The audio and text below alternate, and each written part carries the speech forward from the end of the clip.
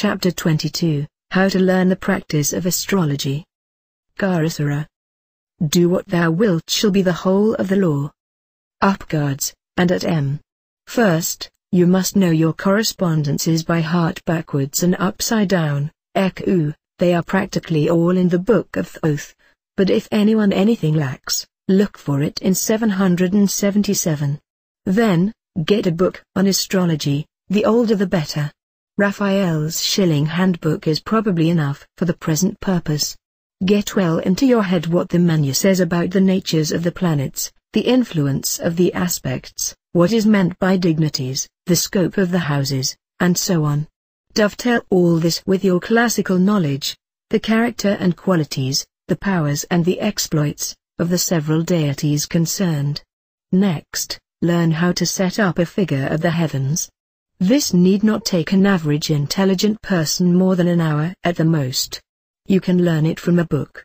Lastly, get Bali's 1001 Notable Nativities and more nativities. Also any other collections available. Practice setting up the horoscopes. Use the Chaldean square system, it shows at the first glance what is happening in the angular houses, which are the keys of the whole figure. Compare and contrast what you know of the natives, from history, with what is said of the aspects, and the rest, in the books you have read. Put together similar horoscopes, for example a dozen which have Sagittarius rising, another lot with Jupiter in the mid-heaven, and so on. See if you can find a similarity in their lives with what the books will have led you to expect. Don't be afraid to criticize, on the contrary, do some research work on your own, and find cases which seem to contradict tradition. Instance, Saturn in the MC is said to cause a spectacular rise in a man's career, ending in an equally notable crash. Examples, Napoleon I and III, Oscar Wilde, Woodrow Wilson, Lord Northcliffe, Hitler. Look for figures with Saturn thus placed, whose natives have jogged along equably and died in the odor of sanctity. Find out why what worked in some cases failed in the others. By the time you have studied, say, 500 nativities you will be already a fairly competent judge. Work your bloody guns.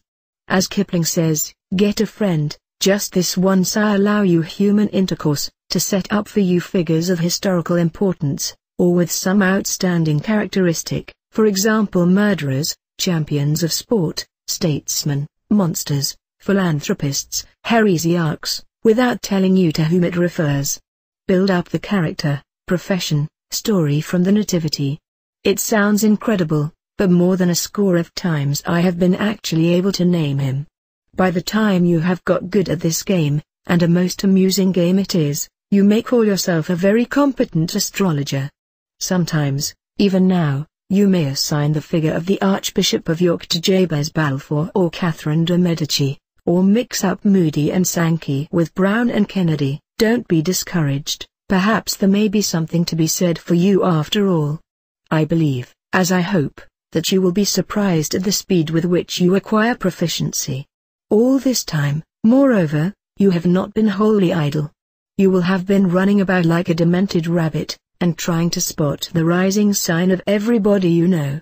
Look at them full face, then profile, and note salient characteristics, pendulous lips, receding chins, bulbous noses, narrow foreheads, stuck-out ears, pimples, squints, warts, shape of face, three main types, thin, jutting, for cardinal signs, square, steadfast for cherubic, weak, nondescript, for the rest, then the stature, whether lithe, well-knit, sturdy, muscular, fat or what not, in short every bodily feature in turn. Make up your mind what sign was rising at birth, and stick to it.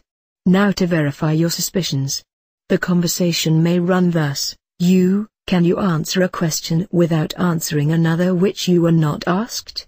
It, surprised, why, yes, of course I can. You, good.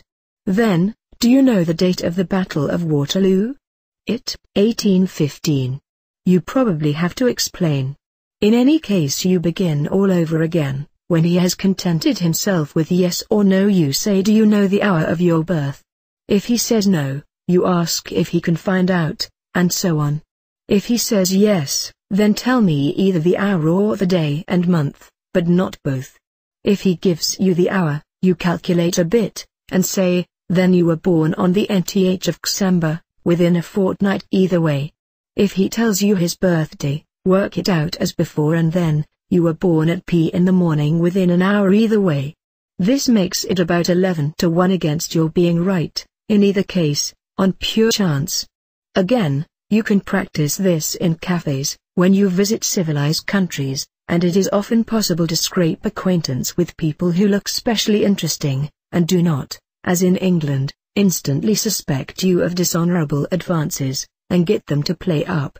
This is sometimes easier when you are already with that friend which I was so lax as to allow you, and it is, I own, very helpful to discuss strange faces if only to make it quite clear to your own mind why you decide on one as Virgo, another as Taurus.